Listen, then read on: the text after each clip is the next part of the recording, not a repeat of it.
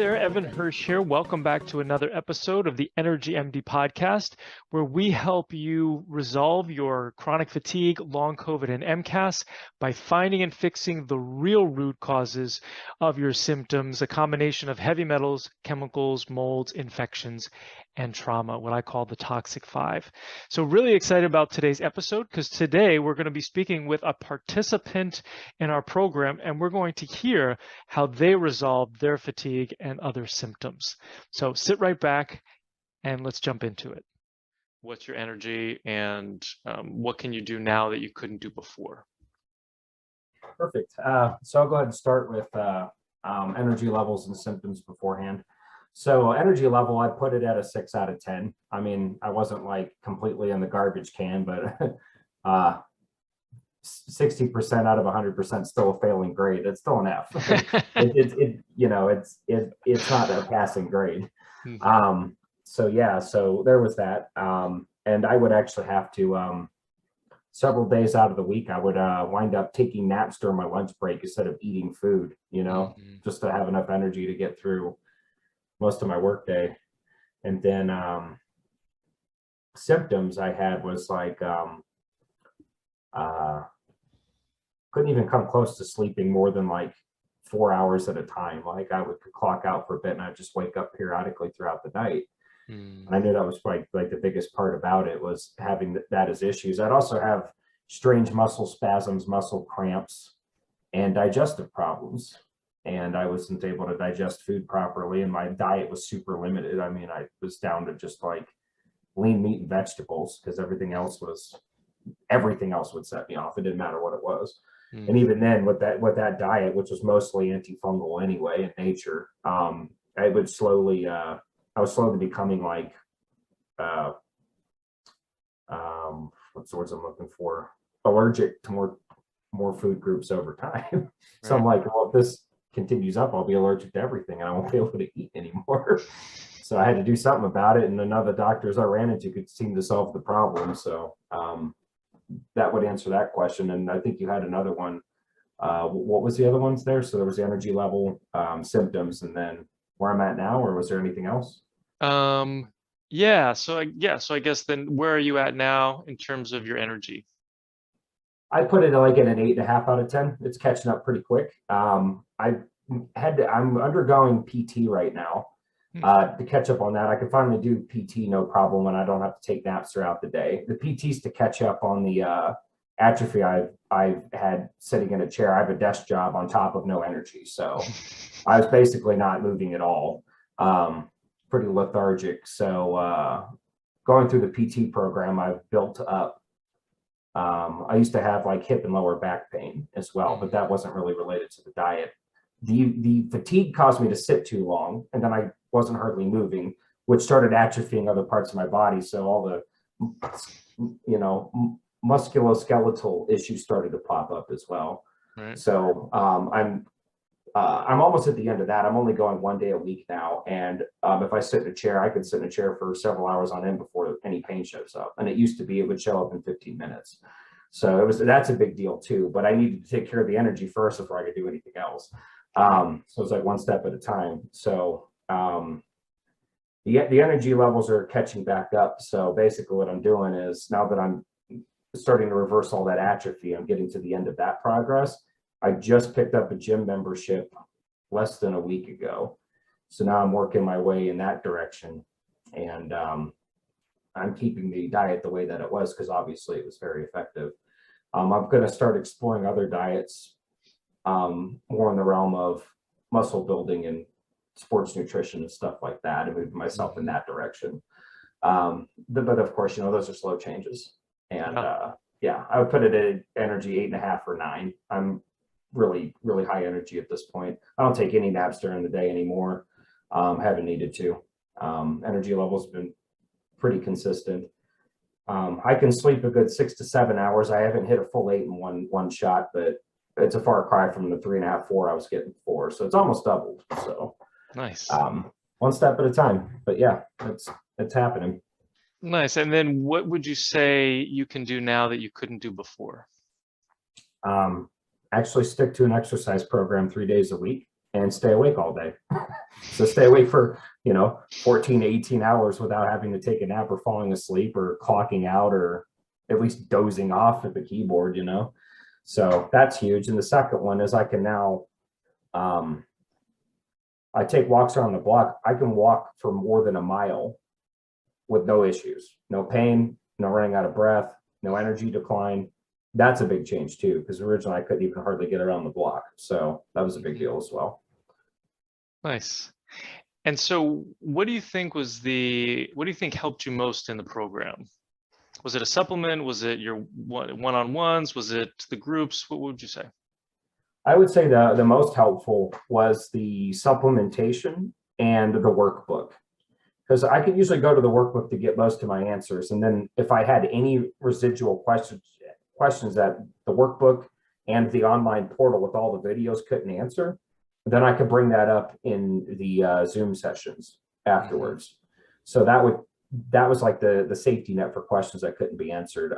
Because I did have the 6 sessions with Mickey, and she was able to answer just about every question I had during those sessions as well. So I pretty much have a good handle on everything that was going on. But another really useful tool that came out of the online portal was that schedule spreadsheet, because I had like 30 supplements, or at least if I had to take them multiple times a day, there were like 30 something lines on that sheet. A block for breakfast, that middle between breakfast and lunch, a block for lunch, that little snack break or whatever it was, dinner, and then right before bed. And it was a massive list. And if I didn't have that thing, it would have been impossible to track it all. So that really helped out. Nice. And so it sounds like getting your questions answered in an expeditious manner was really important to you. Oh yeah. It was just being able to get on the call. I didn't have to have an answer same day, but it was helpful to have a weekly session. And then the extra time I had with Mickey, there were 6 separate calls there. And there was a good half an hour as well with one-on-one. That was really helpful too. But it was getting all of those questions answered. And I believe the calls were twice a week. I was only able to make one of the time sessions. So I'm glad you started the second one. Because when you started the second time block on the Fridays, I was able to make those consistently. So nice. Excellent. And now you're getting promoted. Yep. Do you think that would have you would have been able to, that would have happened if you didn't have the energy that you have now? No, there's no way, because I wouldn't have been able to stay alert during meetings. There were some meetings where I was actually dozing off and falling asleep in the middle of it. And it wasn't because the meetings were boring. I needed to know that information, but I had no energy. And if you're falling asleep during a meeting, you're not taking notes, you're not paying attention, or so on and so forth. And if you don't have the energy throughout the day, it's impossible to deal with any of the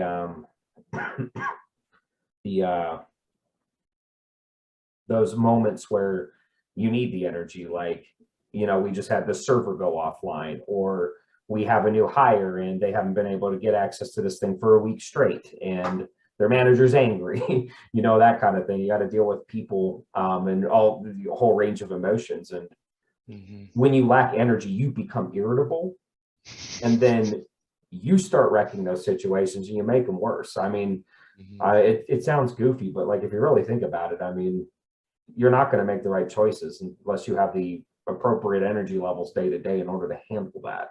Or you're going to be irritable, or you're going to fall asleep, or you're going to say, oh, I don't have the energy right now, I'll get to it tomorrow. And then you procrastinate and those cans get kicked down the road forever till they pile up. All sorts of stuff. There's no way I could have, like, with the energy I had before and the situation I was in, it was impossible to get beyond where I was at. So excellent, and congratulations on that. Thank you. Yep. So the program is an investment, right? It's investment of money, it's investment of time. You talked about like 30 different supplements. Was it worth it? Yeah. Yes, absolutely. I've been trying to get some people I work with to give you a call, and they keep kicking the can down the road. And I'm like, for the love of anything, like, get on a Zoom call, do some sort of consultation, give it a shot, because I've been to several doctors over 10 years and nobody figured it out. And then I went through your workbook and I had it answered in a week. like the workbook was like, well, here's a set of symptoms that are common to these causes. And then I looked at those and then I had like 4 or 5 answers, and I started doing the lab work. It was, here's a urine sample, take this blood test or lipids or whatever it was called. I'm not a doctor. I don't know the terms, but so I did a battery of tests. I probably spent, I don't know, $1,200 on tests trying to figure out exactly what it was. And boom, I immediately had answers. There was multiple different types of chemical poisons, glyphosate, lead and mercury poisoning, all of those. They never saw any of that, right? So I started doing the supplement program and I started extracting the metals and the chemicals and the glyphosate. And then months after months after months, I realized it was working, not only because the energy levels increased, but in the weirdest way. I was just like cooking in the kitchen one afternoon, and I finally, for the first time in years, smelt the sulfur in my water as the sink was running. And I had no idea there was that much sulfur in my water. No clue. I had no idea. So then I realized that my sense of smell was returning, and one of the lead symptoms of metals and chemical poisoning was loss of smell. Yeah. And mine was coming back. And I was like, oh, that makes perfect sense what's going on. Right. That was the big one. And now it's like, if I get a cup of coffee and I set it in the coffee cup holder in my car next to me, I could smell if there's mocha in it. Like I didn't have that kind of smell before, because when you're poisoned as much as I was, your sense of smell is so diluted. Mm-hmm. It's hard to smell basic things. Right. And food tastes different too. So now food takes on an entirely different meaning. And some of the stuff I was like, oh, I'm okay eating this. I can't eat anymore because it doesn't taste the same. Like I can now taste that certain brands are not very good compared to others. So it's like the palate changed completely as well because the sense of smell returned. And the last thing to do, my goal is to get a full 8 hours of sleep in one shot. And I'm close to that.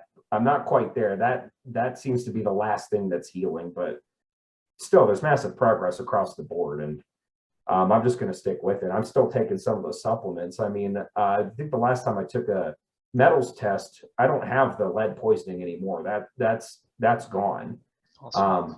But I'm just going to keep using that stuff because I don't know when I'm accumulating it anyway, in a lot of ways. So I might as well just stick with it for a while longer, or just permanently stick with it on a lower dosage just to keep the system clean, smart. Yeah. Right. So yeah, that's smart. And so what would you say to somebody who's like, I don't know if I should do this program, the investment is so much, I don't want to put in the time, I'm not sure I'm going to succeed. What would you tell them? Well, succeeding is easy when the workbook is as straightforward as it is. You're going to get answers, and you have a support group. You have the online portal, you got the Zoom calls, everybody's in it together.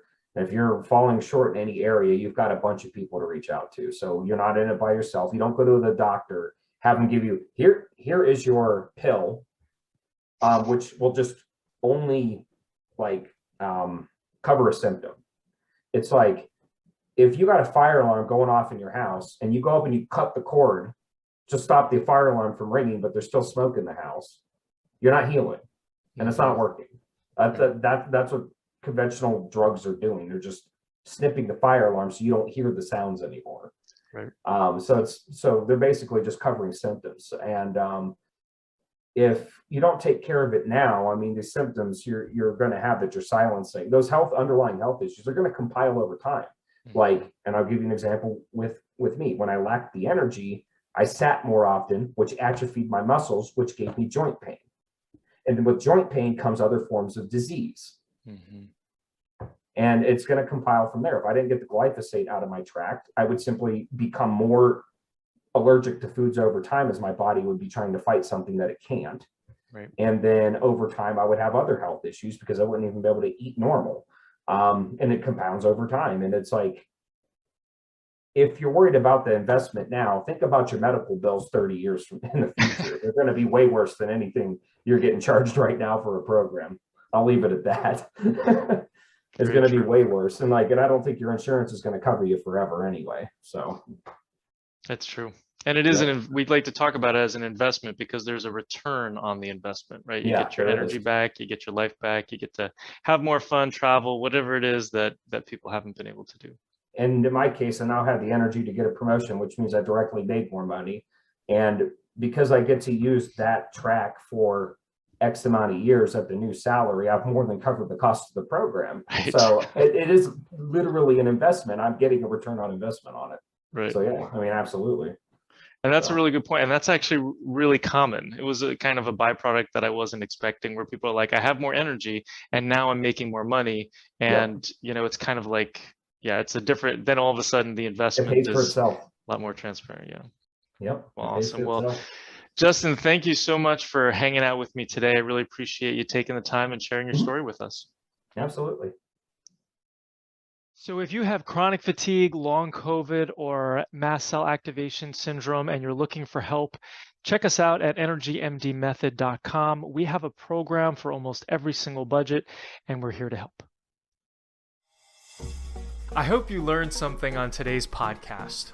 If you did, please share it with your friends and family and leave us a 5-star review on iTunes. It's really helpful for getting this information out to more people who desperately need it. Sharing all the experts I know and love and the powerful tips I have is one of my absolute favorite things to do. Thanks for being part of my community. Just a reminder, this podcast is for educational purposes only and is not a substitute for professional care by a doctor or other qualified medical professional.